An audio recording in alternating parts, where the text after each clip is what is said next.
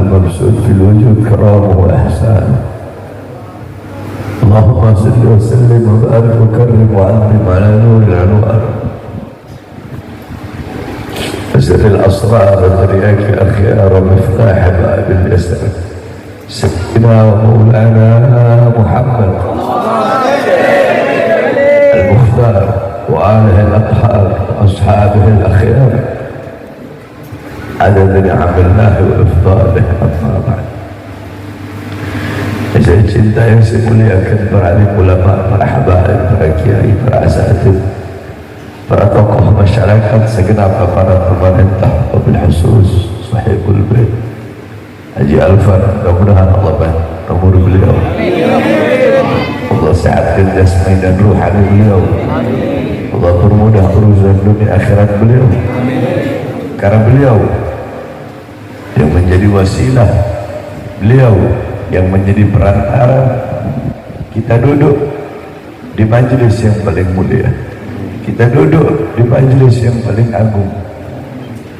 Sayyidina Umar bin Khattab radhiyallahu anhu qala inna Allah lam yahluk fi wajhi al-ardi turaban afdal min majlisil ilm. Sesungguhnya Allah tidak pernah menciptakan di muka bumi sejengkal tanah pun yang lebih mulia selain daripada tanah yang digunakan untuk menuntut ilmunya Allah Subhanahu wa ta'ala. Beliau menjadi perantara bagi kita untuk mengetahui mana hal yang baik, mana hal yang buruk, mana hal yang halal, mana hal yang haram. Maka insya Allah beliau mendapatkan pahala yang besar. Kita pun yang duduk di sini mudah-mudahan tidak kita keluar kecuali Allah ampuni seluruh dosa-dosa kita, dosa-dosa yang telah lalu, yang akan datang, yang tampak, yang tidak tampak, yang besar, yang kecil, dengan sebab duduknya kita di majelis-majelis yang merupakan warisan daripada baginda Nabi besar Muhammad. Saudara-saudara, pada kesempatan yang mulia ini saya hanya akan sedikit membahas yang masih hangat-hangat, yaitu Isra Mi'raj dan menyambut bulan suci Ramadan sebagaimana tawakuf. Pertama saya bahas Isra Mi'raj sedikit, sebab perlu saya sampaikan karena banyak para da'i, banyak para ustaz, banyak para kiai, banyak para habaib, banyak para penceramah ketika menyampaikan peristiwa Isra Mi'raj, kejadian Isra Mi'raj, banyak yang salah, banyak yang dimana ketika mereka menyampaikan itu bikin umat menjadi bodoh, bikin umat sesat, bikin umat salah paham. Kenapa? Menjelaskan tanpa dalil, tanpa maraj. Saya jelaskan sedikit biar faham sedikit saja hal-hal yang kalian ketahui sebenarnya itu seperti apa. Bukan seperti itu, tetapi seperti ini. Dalam kitab Yawaqid Taj al-Wahaj fi Habaib, dalam kitab Yawaqid Taj al-Wahaj, itu kitab karangan daripada Imam Muhammad Al-Hadi Al-Qattan. Kemudian dalam kitab Al-Mi'raj karangan Imam Abdul Karim Al-Bushairi. Kemudian dalam kitab Ar-Risalah fil Mi'raj karangan Imam Abdul Hasan Ali bin Muhammad Al-Lakhmi. Kemudian dalam kitab Ayatul Kubra fi Syarah Qissat Al-Isra karangan Imam As-Suyuti. Kemudian dalam kitab الآية الزاهمة الباهرة في المعراج سيد وحد الدنيا والآخرة. Karena Imam Al-Hafidh Syamsuddin Muhammad bin Yusuf Asy-Syami Ad-Dimashqi. Satu lagi kitab beliau Ayatul Bayyinat fil Mi'raj Sayyidul Ahmad was Samawat. Kemudian kitab An-Nurul Wahhaj fi Qissah Isra wal Mi'raj karangan Imam Ali Zainal Abidin bin Muhammad Hadi Al-Warzanji. Kemudian disyarahkan oleh cucunya pengarang Maulid Barzanji, diberi nama kitab Tajul Ibtihaj ala Nuril Wahhaj karangan Imam Ja'far bin Ismail Al-Barzanji. Kemudian kitab As-Siraj Al-Wahhaj fi Haqaiqil Mi'raj karangan Imam Abu Ishaq Muhammad bin Ibrahim An-Nu'mani Asy-Syafi'i. Beliau murid daripada Al-Imam Ibnu Hajar Al-Asqalani. Kemudian ada kitab Qissatul Mi'raj karangan Imam As-Sayyid Utsman Sya'thar Ibn Muhammad Sya'thar. Kemudian ada kitab Afdalul Manhaj fi Isbat Isra wal Mi'raj karangan Imam Al-Hafidh Abdullah Mustafa Al-Maraghi. Kemudian kitab Tawqus Siraj fi Fadli Rajab wa Qissah Al-Mi'raj karangan Imam As-Sayyid Muhammad Amin Al-Kurdi. Kalau daerah Jawa Barat, daerah Banten, pondok-pondok pesantren salaf, kiai-kiai salaf, santri-santri salafi biasanya pasti ngaji pasaran mengkhatamkan kitab Tawqus Siraj fi Fadli Rajab wa Qissah Al-Mi'raj. Kemudian ada kitab Minhajus Syami Mukhtasar Mi'rajus Syami karangan daripada Syekh Yusuf bin Ismail Al-Nabhani. Kemudian ada kitab Nailul Muna wal Ghaya As-Sa'ul fil Mi'raj Sayyidina Al-Mukhtar Ar-Rasul karangan Imam Muhammad bin Ja'far Al-Kattani. Kemudian kitab Hulal Ad-Dibaj Al-Matruza fil Isra wal Mi'raj karangan Imam Ahmad bin Muhammad Ar-Rahwani At-Tatu'ani. Kemudian kitab Qissatul Mi'raj karangan Imam Najmuddin Al-Ghiti dihasyiahkan oleh Imam Ahmad Abil Barakat Ad-Dardir, namanya Hasyiah Ad-Dardir. Mungkin itu yang sering kita dengar ya, orang Cirebon mungkin pondok pesantren Cirebon kalau bulan Rajab biasanya ngaji pasaran kitab Hasyiah Ad-Dardir. Itu matanya namanya Qissatul Mi'raj karangan Imam Najmuddin Al-Ghiti. Kemudian ada kitab Al-Mi'raj An-Nabawiyah karangan Syekh Hasan Asy-Syadili. Kemudian ada kitab Mu'jizatul Kubra li Sayyidil Anbiya karangan Imam Syekh Nafi' Al-Jauhani.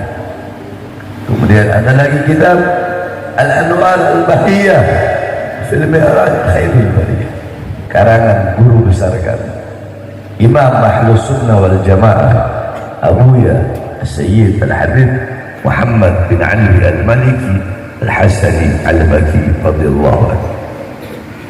Kalian pelajari kitab-kitab tersebut, maka kalian akan mendapatkan pemahaman yang jelas, benar, rinci, pemahaman yang benar tentang Isra Mi'raj. Sebab kenapa saya sampaikan itu? Banyak ustaz kiai sekarang ini kalau ceramah contoh begini. Contoh begini, mungkin kalian sering dengar banyak penceramah ngomong begini gitu kayak Surah Al-A'raf, dakwah panggung-panggung di Surah Al-A'raf. Mohon maaf, saya ini tadi tidur di perjalanan baru bangun jadi langsung duduk sini langsung ceramah. Dibelah dada Nabi Muhammad.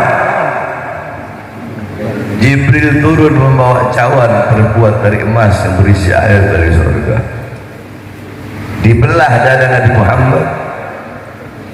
Kata mereka ya, diambil hati Nabi Muhammad, dibersihkan dari kotoran-kotoran, disucikan. Saya tanya, pernah lo tidak penceramah ngomong seperti itu? Sering gak dengar begitu? Sering gak?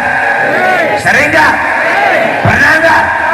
Kalau ada ustaz, kiai, habib, seperti itu ustadz, kiai, dai, habib, ulama goblok. Ini orang gak punya ilmu. Makanya saya bilang banyak sekarang ini dai-dai super mie Indomie digodok 5 menit jadi. Saya mondok 18 tahun saudara-saudara. Jadi awas, hati-hati kalau berbicara tentang Nabi Muhammad SAW. Makanya tugasnya dai penceramah, kalau memberikan pemahaman penjelasan, berikanlah pemahaman penjelasan yang sesuai dengan kadar si mustamiin, kadar umat, kadar orang awam, kadar orang yang hadir, kadar akal mereka untuk menerima pemahaman dan ilmu tersebut. Contoh, saya ngomong begini sama kalian, hati Nabi Muhammad dibersihkan, cukup sampai di situ saya ngomong. Pemikiran orang awam apa? Berarti sebelumnya apa? Sesuatu yang dibersihkan sebelumnya apa? Sebelumnya apa? Kan pemahamannya begitu. Makanya kalau ngejelaskan yang benar, saya harus bawa ini, karena ini yang banyak terjadi di mana-mana. Pembersihan hati Nabi Muhammad itu namanya tajdid, memperbaharui. Hati Nabi udah bersih, lebih dibersihkan lagi. Hati Nabi udah suci, lebih disucikan lagi. Sama kayak ente punya wudhu, bersih gak? Suci gak? Terus ente wudhu lagi. Seperti itulah pembersihan hati Nabi Muhammad. Jangankan hati Nabi Muhammad, terlalu jauh berbicara hati. Mulut-mulut kurang ajar, mulut-mulut biadab yang mengatakan hati Nabi Muhammad kotor, terlalu jauh. Ente buka kitab Asy-Syifa karangan Imam Qatiyyan, dijelaskan darah Nabi Muhammad suci, air kencing Nabi Muhammad suci, kotoran Nabi Muhammad suci, nanah Nabi Muhammad suci, apalagi hati Nabi Muhammad.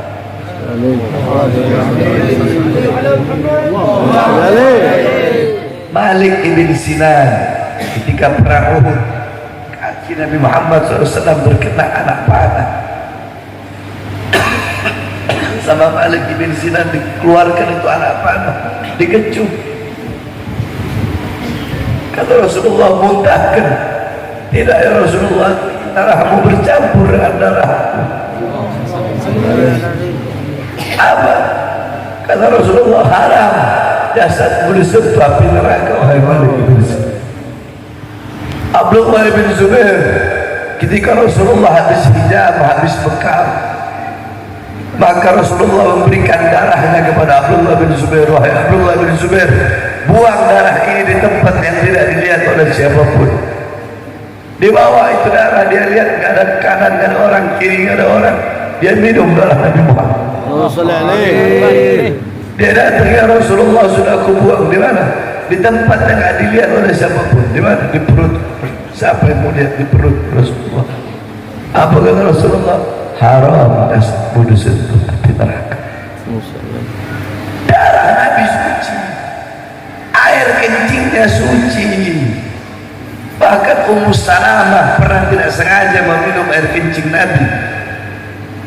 Apa kata Ummu Salamah? Demi Allah, aku tidak pernah merasakan air baik di Madinah ataupun di Mekah yang lebih enak selain daripada ini.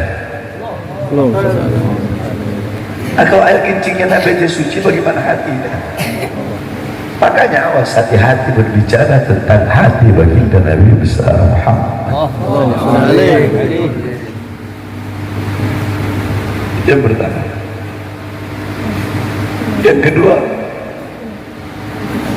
kita ini acara tawakuf. Kalau ada, sudah menjadi kebiasaan. Ya, kebiasaan kami para habaib atau para ustadz, para kiai yang mengikuti manhajnya para habaib. Itu kalau Ramadan, kalau udah mau Ramadan, pasti majelisnya tawakuf, berhenti. Kenapa? karena akan masuk bulan yang penuh dengan kemuliaan. Ramadan, syahrul siyam, syahrul qiyam, syahrul ibadah, syahrul istiqamah, syahrul Quran.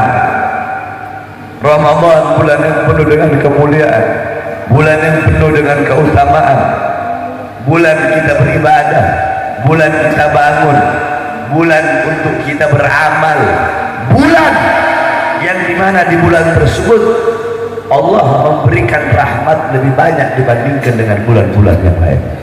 Bulan yang dimana di bulan tersebut Allah memberikan maghfirah lebih banyak dibandingkan dengan bulan-bulan yang lain. Bulan yang dilipat gandakan amal oleh Allah Subhanahu wa ta'ala. Bulan yang dimana satu rakaat sholatmu sama seperti 100 rakaat di bulan yang lain. Bulan satu sholat zuhurmu sama seperti 100 zuhur di bulan yang lain. Bulan yang dimana satu sedekahmu sama seperti 100 sedekah di bulan yang lain. Bulan berlipat gandaan amal, bulan yang penuh dengan keutamaan, bulan yang dimana asy-syahr awwaluhu rahmah wa awsatuhu al-maghfirah wa akhiruhu itqan minan nar. Bulan yang 10 hari pertamanya rahmat, 10 hari keduanya pengampunan, 10 hari ketiganya Allah bebaskan hamba-hambanya dari api neraka. Bulan yang dimana di dalamnya terdapat keutamaan-keutamaan, kemuliaan-kemuliaan yang tidak pernah Allah berikan kepada umat-umat terdahulu, bahkan kepada nabi-nabi dan rasul terdahulu. Jangan kita menganggap remeh bulan Ramadan. Di dalam bulan Ramadan itu terdapat keutamaan, kemuliaan yang tidak pernah Allah berikan kepada umat terdahulu. Jangankan umat, nabi dan rasul terdahulu tidak pernah mendapatkan kemuliaan-kemuliaan dan keutamaan yang ada di bulan Ramadan. Umat terdahulu tidak pernah mendapatkan berlipat gandaan amal, hanya kita sebagai umat Nabi Muhammad.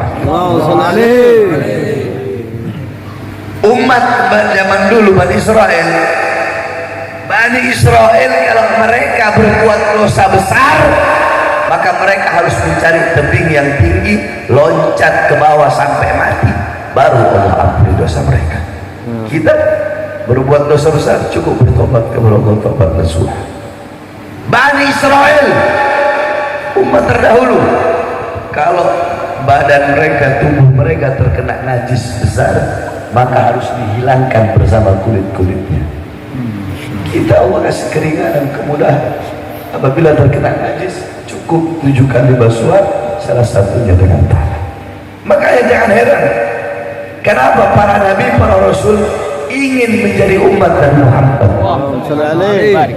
Dalam kitab menjelaskan Islam Adam, apa kata Nabi Allah Adam alaihissalam? Aku iri kepada umat Muhammad. Karena apa? Karena Allah memberikan kepada umat Muhammad 4 macam kemuliaan yang tidak pernah Allah berikan kepada aku, tapi Allah berikan kepada umat Muhammad. Apa itu?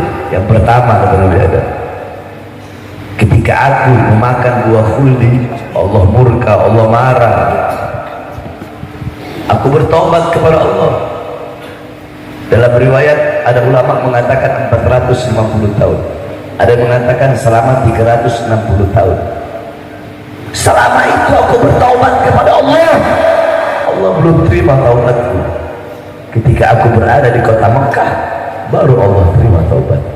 Tetapi umat Muhammad, mereka bertaubat nggak harus ke Mekah. Dimanapun mereka bertaubat, kapanpun mereka bertaubat, Allah terima taubat mereka.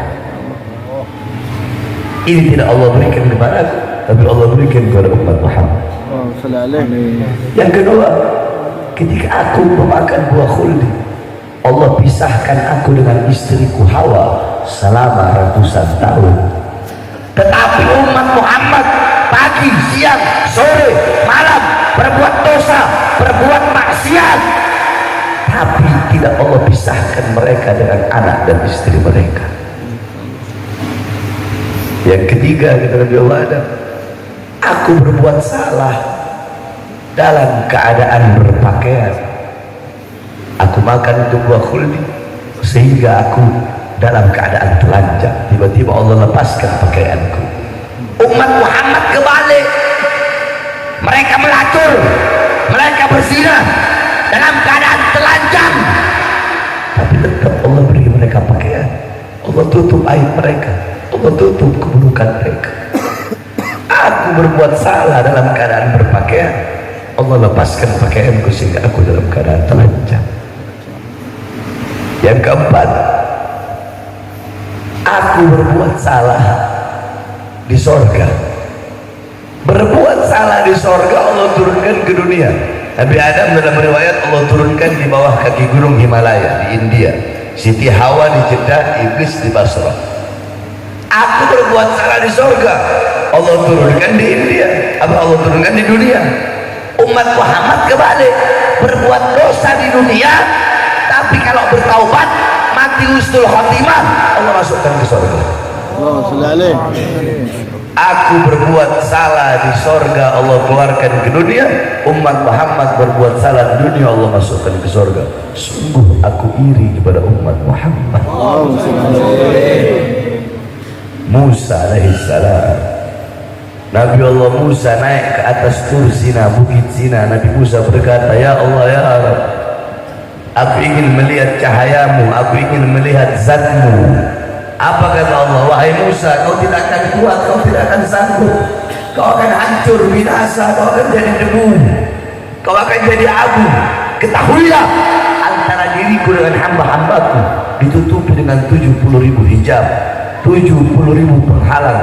Al-Imam Ghazali menjelaskan, setiap penghalang Allah ciptakan dari cahaya, dari air, dan dari kegelapan. Di dalam penghalang Allah ada suara gemuruh air.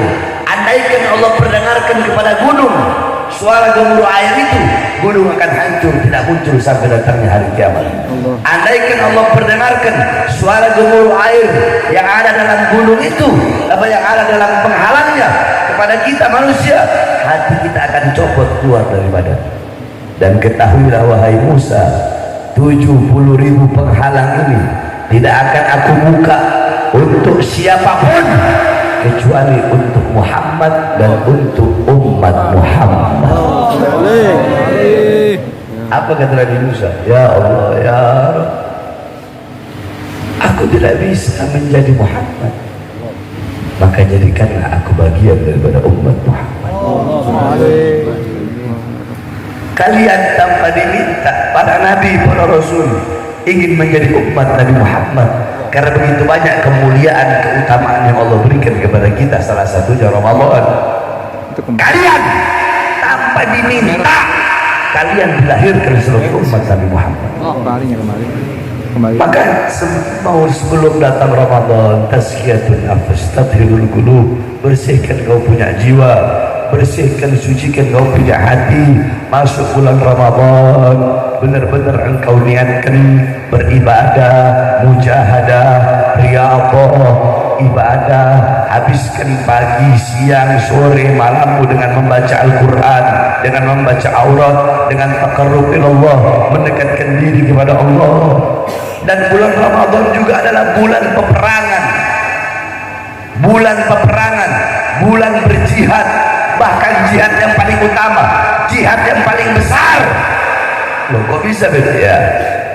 Raja'a Rasul min harbil Badr wa qala raja'na min jihadil asghar ila jihadil akbar. Ketika Rasulullah pulang dari perang, beliau berkata kepada sahabat, kita pulang dari perang yang kecil menuju perang yang besar. Kita pulang dari perang melawan musuh yang kecil menuju melawan musuh yang besar. Bagaimana mungkin ini musuh yang kecil ya Rasulullah, kata para sahabat. Bagaimana mungkin ini perang yang kecil ya Rasulullah? Ini perang kecil, ini musuh kecil, ada yang lebih besar. Sebentar lagi kita akan menghadapi Ramadan. Disitulah kita akan melawan musuh yang paling besar. Musuh paling besar kita bukan orang kafir, musuh paling besar kita bukan iblis, tetapi musuh kita yang paling besar adalah hawa nafsu, saudara-saudara. Jadi urutannya begini, musuh kita paling besar pertama hawa nafsu, kedua iblis, ketiga kafir harbi, keempat munafik, kelima fasik. Paham? Pertama siapa? Sama-sama. Pertama siapa? Hawa nafsu. Kedua? Ketiga? Harbi. Keempat? Munafik. Kelima? Fasik. Loh, kenapa kok hawa nafsu menjadi musuh terbesar? Ya, karena hawa nafsu adalah musuh yang berada di dalam dirimu. Musuh yang ada dalam dirimu. Al-Imam Busiri sudah bilang dalam qasidah burdahnya, an-nafsu kadhifri an tuhmilhu syafa'ala wa birradai wa in taftimu yanfatimi. Hawa nafsu bagaikan bayi yang menyusui, kalau tidak disamping sampai kapanpun itu bayi bakal menyusu. Kita dulu kan nyusu sama ibunya kita kan. Nah, ibunya kita biasanya menyapit agar kita tidak nyusu. Biasanya kalau zaman dulu itu, zaman saya itu dikasih getah pepaya biar pahit, biar kita nggak nyusu. Jadi ibu kita tidak mau menuruti kemauan kita. Nah, hawa nafsu begitu. Andaikan ibu kita nggak sapi susuan kita, sampai sekarang kalian masih nyusu sama ibu kalian. Maka jangan pernah kalian turuti kemauan hawa nafsu kalian. Lawan, perangi, kuasai hawa nafsu kalian. Tuba liman kana aqluhu amira wa hawahu asira. Fawailun liman kana aqluhu asira wa hawahu amira. Sungguh beruntung, sungguh berbahagia bagi orang-orang yang akalnya menjadi raja dan nafsunya menjadi budak. Dan sungguh celaka, sungguh rugi bagi orang-orang yang akalnya menjadi budak dan nafsunya menjadi raja. Saudara-saudara, malaikat, al-malaikat, malaikat itu Allah ciptakan baginya akal tapi tidak punya nafsu. Maka nggak heran kalau malaikat selalu taat kepada perintah Allah, nggak pernah berbuat dosa, karena malaikat nggak punya nafsu. Allah ciptakan akal tapi nggak punya nafsu, makanya malaikat tidak pernah berbuat dosa. Bahaim, binatang, punya nafsu tapi nggak punya. Allah tidak kasih otak, ya Allah kasih otak, akal Allah nggak kasih. Makanya binatang bodoh amat. Kambing mau makan rumput tetangga, mana tahu itu dia rumput orang lain. Orang dia nggak punya akal kok. Iya, Idul Adha coba kalian lihat itu. Kambing laki sama laki homo, mana tahu dia. Nggak ada urusan.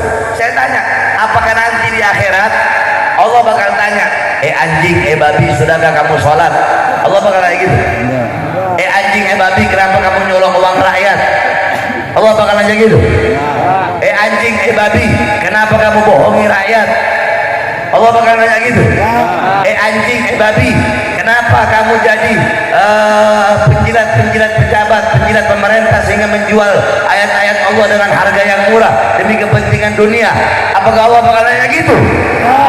Kenapa mereka baik? Binatang punya akal, punya nafsu, gak punya. Kita manusia Allah ciptakan sempurna.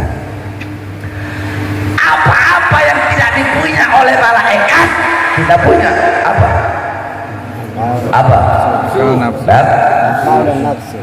Apa-apa yang tidak dipunya oleh binatang kita punya. Apa? Maka intinya apa? Intinya perhatikan, barang siapa yang akalnya menguasai nafsu, akalnya mengalahkan nafsu, akalnya memperbudak nafsu, kedudukan dia lebih tinggi dari malaikat. Sebaliknya, barang siapa yang nafsu menguasai akalnya, nafsu memperbudak akalnya, nafsu menguasai akal, nafsu memerintahkan akal sehingga dia berbuat dosa, berbuat maksiat, mungkarat, dhalalat, sayyiat, mukhalafat, maka kedudukan dia lebih rendah daripada binatang.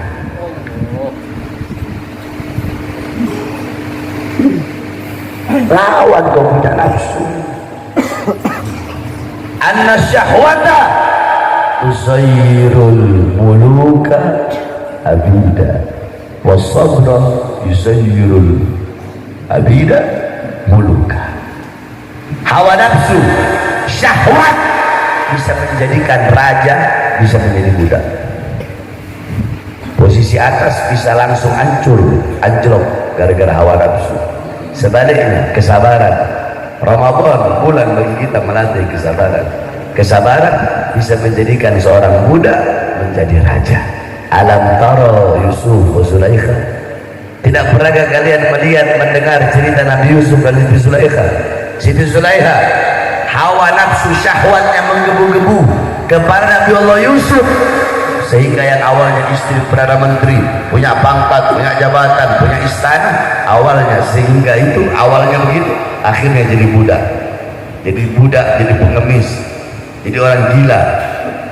Nabi Allah Yusuf dihasut oleh saudara-saudaranya, dimasukkan ke sumur, beliau sabar, diperjualbelikan, diperdagangkan, dijadikan budak, dipenjara, beliau sabar. Karena kesabarannya, awalnya budak, beliau menjadi seorang nah, Ramadan adalah bulan ini, kesempatan yang jangan sampai kita lewatkan, jangan sampai kita sia-siakan, karena belum tentu kita bakal nyampe ke Ramadan tahun depan. Jangankan Ramadan tahun depan, Ramadan besok beberapa hari lagi aja belum tentu kita sampai kok. Siapa yang bisa menjamin 1 menit habisnya kita masih hidup? Kematian datang tanpa pemberitahuan, saudara-saudara. Al-mautu haq, al-mautu haq, kullu nafsin dha'iqatul maut, kullu man 'alaiha fan, kullu syai'in halik illa wajha. Segala yang berjiwa pasti mati, segala sesuatu yang ada di atas bumi pasti hancur. Zat wujud bentuk apapun akan hancur kecuali Allah. Yang tua mati, yang muda mati, yang kaya mati, yang miskin mati, yang sehat mati, yang sakit mati. Syarat mati tidak harus tua, syarat mati tidak harus sakit. Berapa banyak orang yang masih muda mereka mati, berapa banyak orang yang sehat mereka mati. Maka beribadahlah engkau, taatlah engkau kepada Allah seakan-akan engkau akan mati besok. Jangankan Ramadan tahun depan, Ramadan ini aja belum tentu kita bisa sampai. Kenapa? Karena kematian datang tanpa pemberitahuan. Maka yang jangan sia-siakan, berperang melawan hawa nafsu. Loh, bagaimana caranya? Apa sangkutannya? Apa kaitannya? Apa hubungannya Ramadan dan berperang dengan hawa nafsu? Ada hubungannya. Ketika Allah ciptakan nafsu dan Allah ciptakan akal. Allah ciptakan akal, Allah bertanya, ya akal, man ana wa man anta? Hei akal, siapa aku, siapa engkau? Apa jawab akal? Asyhadu annaka rabbi wa ana abduka. Aku bersaksi aku adalah hambamu dan engkau adalah Tuhanku. Itu jawaban akal. Nafsu ditanya, man ana wa man anta ya nafs? Siapa aku, siapa kamu wahai nafsu? Apa jawab nafsu? Ana wa anta. Saya, kamu, gak ada hubungan saya dengan kamu. Lihat bejatnya itu nafsu, biadabnya itu nafsu. Allah angkat, Allah rendam di neraka yang panas selama ratusan ribu tahun berlalu. Allah angkat lagi, Allah tanya lagi, ya nafs, man ana wa man anta? Siapa aku dan siapa kamu? Apakah nafsu kapok? Tetap dia tidak kapok, dia jawab, ana wa anta. Saya, kamu. Allah angkat, Allah taruh di neraka dingin yang bisa membuat siapapun masuk ke dalamnya remuk tulang-tulangnya. Ratusan ribu tahun berlalu Allah angkat, Allah tanya, ya nafas, mana ana wa mana anta? Siapa aku, siapa kamu? Apakah nafsu kapok? Tidak, tetap dia jawab, ana wa anta. Di sini dua hikmah. Hikmah pertama, Allah selalu memberikan kesempatan bagi seseorang untuk bertobat. Kedua, bejatnya nafsu, dia tidak mau bertobat kepada Allah Subhanahu wa Ta'ala. Makanya ente belum tahu kan? Nah, anak kasih tahu gitu. Setiap 100 tahun itu iblis Allah keluarkan dari neraka. Baru tahu kan?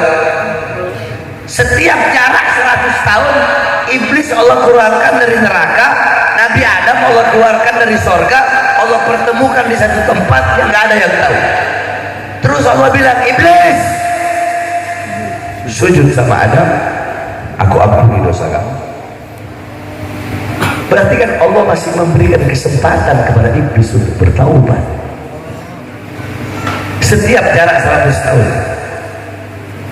Tapi apa kata iblis? Aku lebih memilih dalam neraka daripada harus sujud sama Adam. Nafsu tetap gak mau mengakui Allah.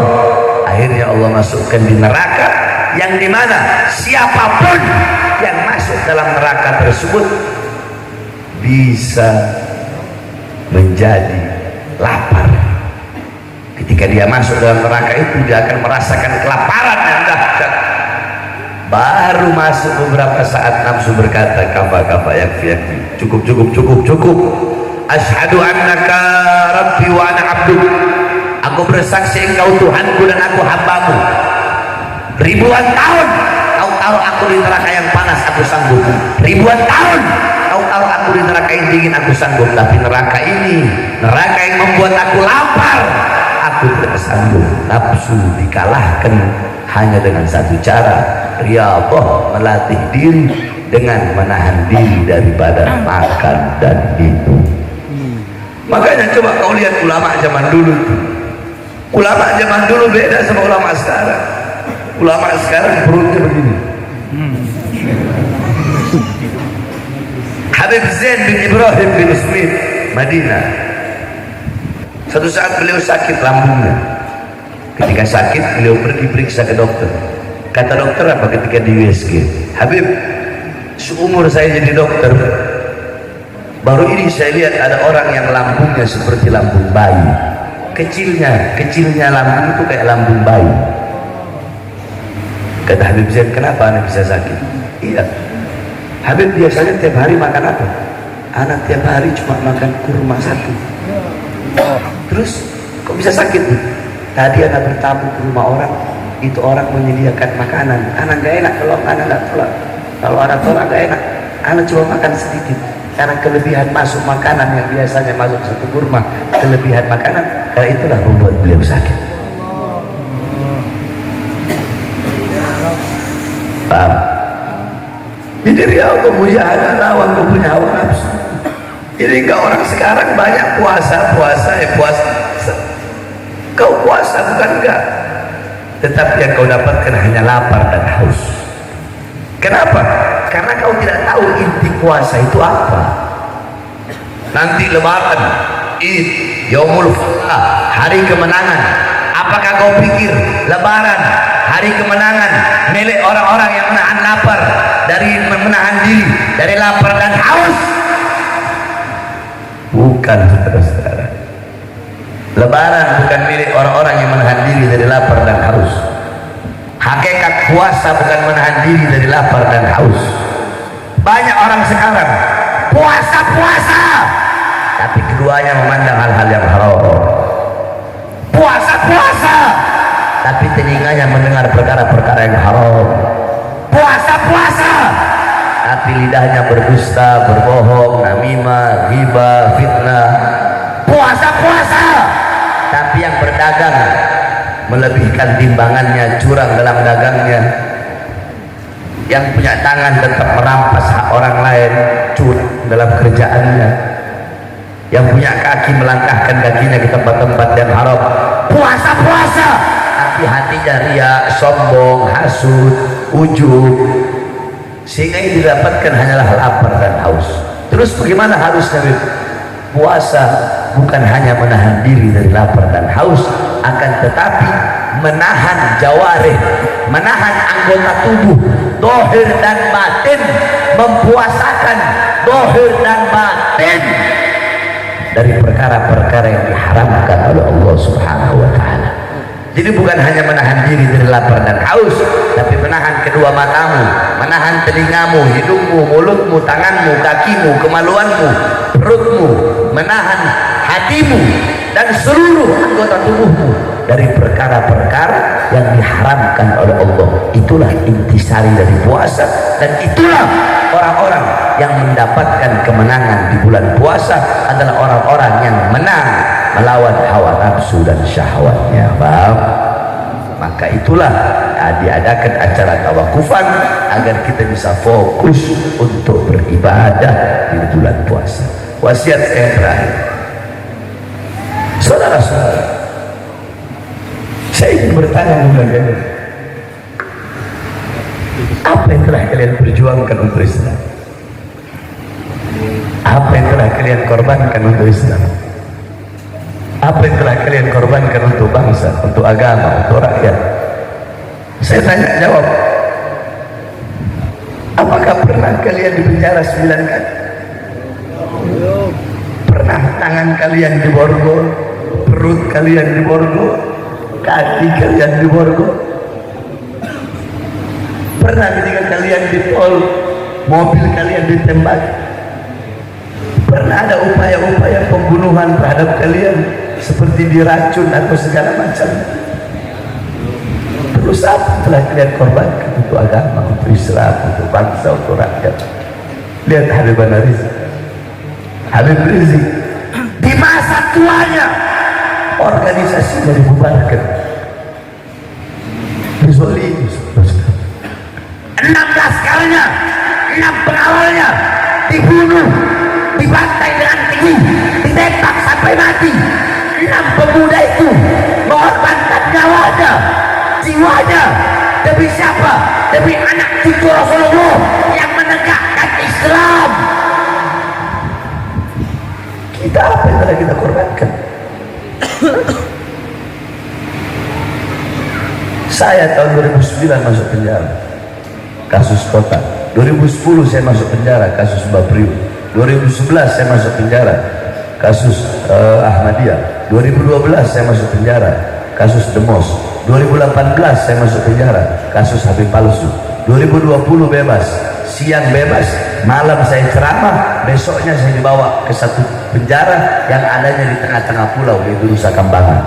Diborgol tangan saya, dan dari borgol tangan nyambung ke borgol perut, dari borgol perut nyambung ke borgol kaki. Nggak ada sejarah Habib nyampe di penjara Nusa Kambangan, cuma saya, saudara-saudara. Cukup sampai di situ tidak? 2021 saya bebas, 2022 awal belum sampai 1 bulan bebas, sudah ditahan lagi. Kenapa? Karena ceramah saya yang membela 6 laskar tersebut. Saya tanya, 6 laskar itu rakyat atau bukan? Rakyat atau bukan? Masyarakat atau bukan? Saudara-saudara, kenapa kami diperlakukan seperti ini? Kenapa kami berusaha dibungkam, kami berkali-kali dikriminalisasi, berkali-kali dipenjara, berkali-kali ada upaya percobaan pembunuhan, berkali-kali ingin dibungkam? Kenapa? Saya tanya, apakah kami penjahat, biadab, bajingan, koruptor, bandar narkoba, bandar judi, bandar miras? Terus kenapa? Satu jawabannya, karena di dalam tubuh kami mengalir darah suci kakek kami, darah Rasulullah. Di dalam tubuh kami mengalir darah Imam Ali bin Abi Thalib, darah Imam Hasan, darah Imam Husain. Kakek-kakek kami biasa dibunuh, saudara-saudara. Imam Ali dibunuh, Imam Hasan diracun sampai mati, Imam Husain dipenggal kepalanya. Darah-darah beliau yang mengalir di dalam tubuh kami, sehingga kami para habaib akan tegak berdiri menantang, tidak akan pernah tunduk kepada kezaliman. Kami para habaib, kami para anak cucu Rasulullah yang berada di barisan paling depan, rela hancur, rela binasa demi bangsa dan rakyat Indonesia, saudara. Itu jawabannya kenapa kami berkali-kali dipenjara. Kalian bayangkan, saya siang bebas, malam ceramah, besoknya dibawa ke Nusa Kambangan. Katanya ceramah saya meresahkan, katanya ceramah saya provokasi. Mau tahu ceramahnya apa? Nanti kalian bisa nilai ini ceramah provokasi atau meresahkan.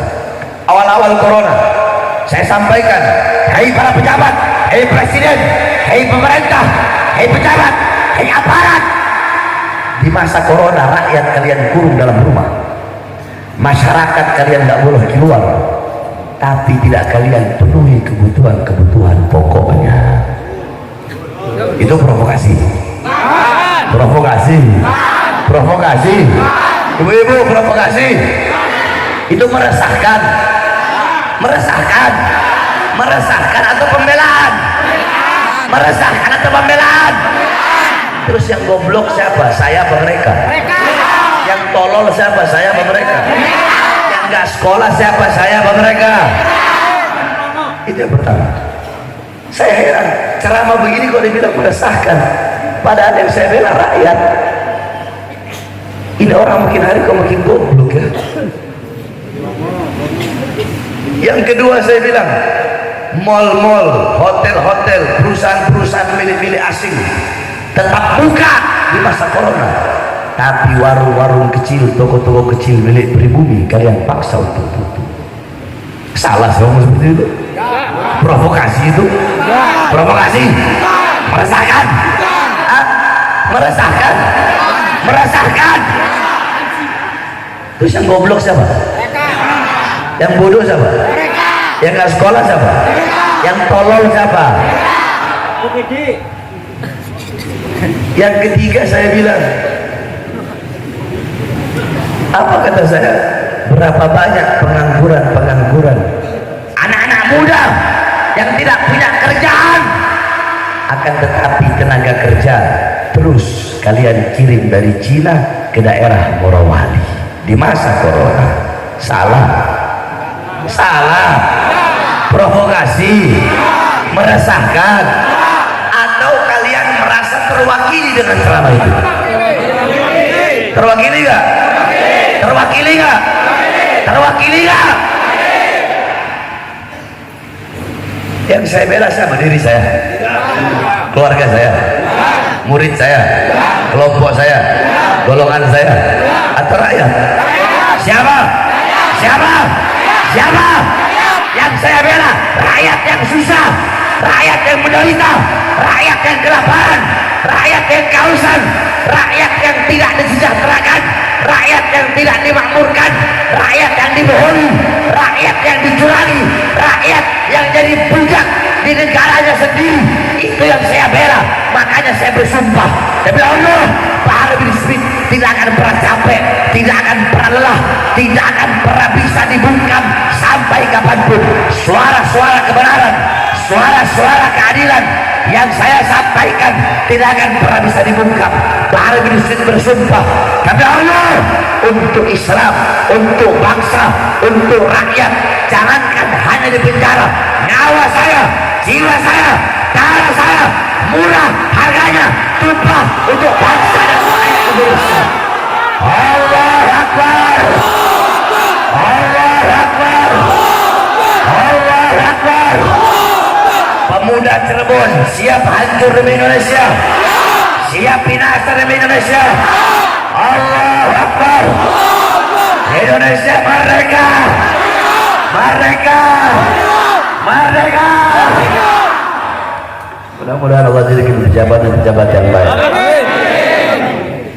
aparatnya aparat yang baik. Amin amin ya rabbal alamin. Saya kalau ingat Cirebon, saya ingat Kiai Kempo. Saya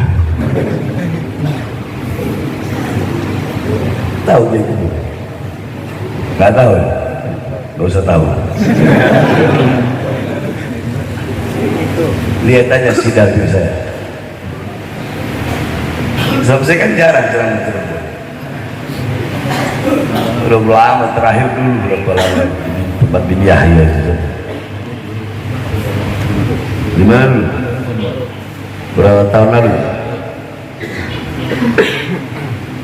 2016. Nah, kemarin saya waktu sidang ketemu sama Kiai Kembo. Loh kok bisa Habib bilang Kiai Kembo? Ya karena saya bilang begini, orang Cirebon.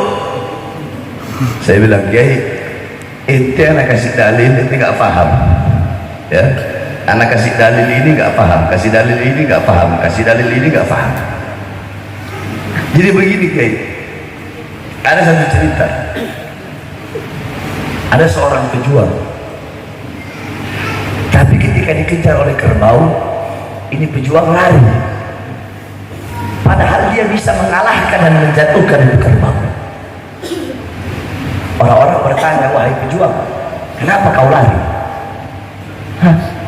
Kau bisa mengalahkan dia dengan satu kali pukulan jatuh itu kerbau. Apa jawab pejuang? Sengaja aku lari. Karena apa? Karena aku tahu dia kerbau, tapi kerbau itu tidak tahu kalau aku pejuang. Antum bisa pahami Kiai, di sini siapa pejuangnya dan siapa kerbaunya. Itu orang Cirebon tuh Kiai. Ini gak usah tahu deh, nanti buka aib. Ini saya tidak mau sampaikan. Mudah-mudahan ini majelis istiqamah. Amin ya Rabb. Ini majelis rahmah. Amin. Majelis barakah. Amin. Allah yaftah lakum futuhat al-arsyiyah. Amin. Wa rahmah. Wal hidayah. Amin. Wal hidayah. Wal maut ala din al-Islam. Wa sallallahu alaihi Muhammadin wa alihi wa sahbihi wa sallam. Ala hadiniya wa ala mudin sulhadratin Nabi al-Fatihah. Iya.